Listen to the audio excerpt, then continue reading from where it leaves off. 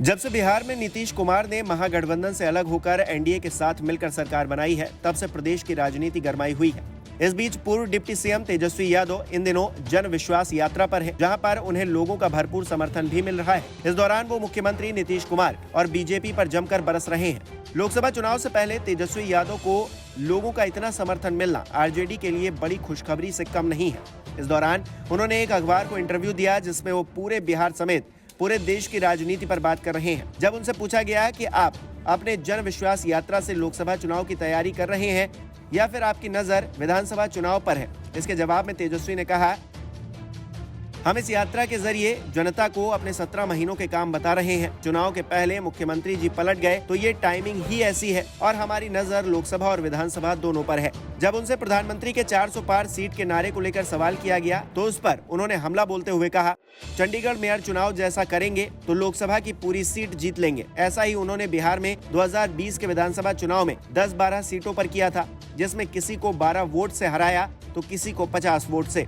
India गठबंधन के सवाल पर उन्होंने कहा कि दूसरे राज्य में मुझे नहीं पता, लेकिन बिहार में सब बढ़िया चल रहा है। बातचीत अंतिम दौर में है, जल्द ही हम इसकी घोषणा करेंगे। साथ ही उन्होंने कहा कि यूपी में भी सब तय हो गया है और अब बंगाल में भी सब ठीक है। राज्यसभा चुनाव में सपा के 7 विधायकों के क्रॉस वोटिंग को लेकर उन्होंने कहा, बीजेपी लोकतंत्र को खत्म कर रही है। वहीं संदेश खाली मामले पर उन्होंने कहा कि मुझे इस मामले की पूरी जानकारी नहीं है। जब उनसे 2 बार डिप्टी सीएम के बिना कार्यकाल पूरा किए नेता प्रतिपक्ष बनने का सवाल किया गया तो इस पर उन्होंने कहा, मुझे जो जिम्मेदारी मिली हमने उसे अच्छे से पूरा किया। साथ ही उन्होंने दावा करते हुए कहा कि 17 महीनों की बात करें तो ऐसे ऐसे काम हुए हैं जो देश में अब तक किसी सरकार ने नहीं किए, चाहे वो 5 लाख नौकरी की बात हो या फिर एक ही विभाग में एक दिन में 2 लाख से ज्यादा लोगों को ज्वाइनिंग लेटर देने की।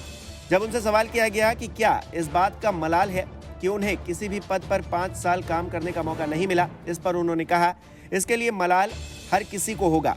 2015 में महागठबंधन को बहुमत मिला था, लेकिन नीतीश कुमार के कारण काम करने का मौका नहीं मिला। नीतीश कुमार के साथ फिर सरकार बनाने को लेकर तेजस्वी यादव ने कहा कि भविष्य में जेडीयू रहेगी तब ना, और जहां तक मेरा मानना है कि भविष्य तो छोड़िए, उनकी पार्टी 2024 में ही खत्म हो जाएगी। वहीं पार्टी तोड़ने के सवाल पर उन्होंने कहा कि अब ये तो वही बेहतर बताएंगे, हम क्यों तोड़ेंगे, हमारा लक्ष्य बीजेपी को रोकने का था तो हम पार्टी क्यों तोड़ेंगे। नमस्कार, मैं हूं मानक गुप्ता। अगर आपको हमारा ये वीडियो पसंद आया हो तो इसे लाइक और शेयर जरूर करें, और हाँ, हमें सब्सक्राइब और फॉलो करना ना भूलें ताकि आप देश और दुनिया की कोई खबर मिस ना करें। तो जुड़े रहिए हमारे साथ और देखते रहिए न्यूज़ 24।